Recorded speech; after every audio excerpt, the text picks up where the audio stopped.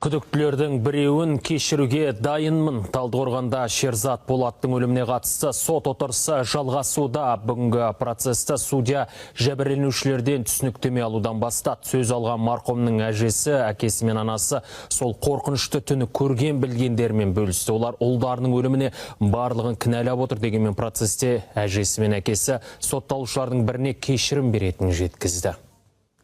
Шерзатым деп шырылдап әділдік үшін арпалысқан марқұмның туыстары бүгінде сот залына түгел қатысты. Жақындарының арасынан алғаш болып әжесі сөз алды.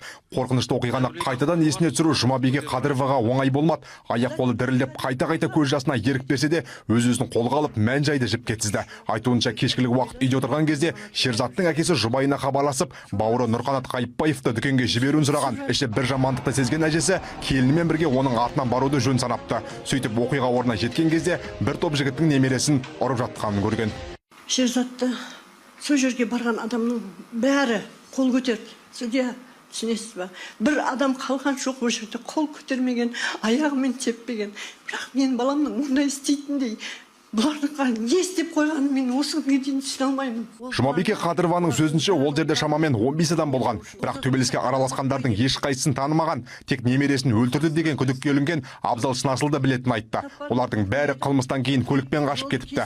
Ал одан кейін оларды мүлдем көрмеген. Тіпті Шерзаттың жаназасынан соң да кешірім сұрамапты. Әжесі Шерзаттың ағасы Нұрқанаттың өліміне де осы сотталушылар кінәлі деп есептейді. Дегенмен марқұмның әжесі ең жас күдікті 17 жастағы Думан Ысқаққа кешірім бергісі келетінін айтты. Менің баламда, мен де бәрін де кешірдік. Алла кешірсін бұларды. Судья, сіз ақиқат осыларға өзінің нақты жылын кесесіз ба, кеспейсіз ба, қорғап алып қаласыз ба, жақтап қаласыз ба, ол сіздің ар-намысыңызға берілген дүние. Екінші, мен тек Аллаға ғана сендім.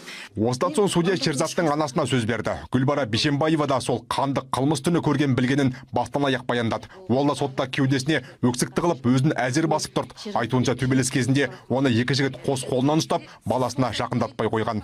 Мен айтам, екі Абзалмен жаңағы Нұрбол қолымнан ұстайды. Сол кезде мен айтам оларға, мен баламыма тимеңдірші, мен анасымын тимеңдір деп өтінем. Сол кезде маған Абзал айтады, аузың жап, сені де өлтіреміз дейді. Сол кезде Шерзат артқа шегінеді де құлайды. Сол кезде мен Шерзаттың аузынан бұрқ етіп қан аққанын көрем. Шерзатқа жүгіріп барам. Сосын Шерзат айтады, мама мына жағымды қараңызшы деп сол жағын көрсетеді. Соң пышақ салған көрем. Сондай-ақ Шерзаттың анасы сол түні жігіттердің бірі қару ұстап жүргенін көрген. Бірақ нақты кімнің қолында болғаны айтылмады. Ал түстен кейін марқұмның әкесінен жауап алынды. Қаржаубай Нұрымов өзін барынша байсалды ұстады. Ол да сол түні не болғанын айтып берді. Сөзінше барлығы дүкеннің алдында басталған. Ұлы Шерзат сотталушы Дархан Әскентайды дөрекі сөйлеген үшін бір рет ұрған. Сөйтіп өзінен жасы кіші, жасөспірімнен таяқ жеген жігіт бірден сөзге келместен жанына таныстарын жинай бастапты. Қаржаубай қанша кешірім сұраса да көнбей қойған. Кешірмеймін деді, балалар шақырам деді. Балаң жауап береді, денсаулығын қойып тастайды деді. Яғни ренжіп кетті. Балаң жауап береді, балаң денсаулығын қойып тастайды деді. Ақыры сотталушы сабырға келмей жағдай ушыға түскен, сөйтіп төбелес басталған. Ал осы кезде Қаржаубай қорғану мақсатында дүкеннен ас үй пышағын алып шыққан. Нұрбол, Котурскийміз деген кезде біз сескендік. Түсінбейді, төбелес тоқтамайды деген ой болды. Бұлар бәрі өзінікін жасап кетеді деген. Неге десеңіз, біз де енді ауылда енді естіп жатамыз ғой.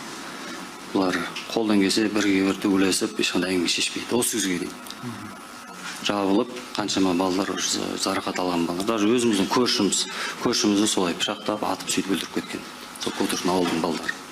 Содан сескенді, мен сескеніп, өзімді қорғау, баламды қорғау, жаңағы балаларды қорғау мақсатында пышақпен шын. Ол пышақ, ол май кесетін ғана пышақ. Марқұмның әкесі жанжалдың ортасында ұлына нақты кімнің қалай пышақ сұққанын көрмеген, алайда кеудесімен аудан қан ағып жатқанын байқап, бірден көлігіне отырғызып ауруханаға барған. Дегенмен емханаға жеткенше жасөспірімнің демі үзіліп кетіпті.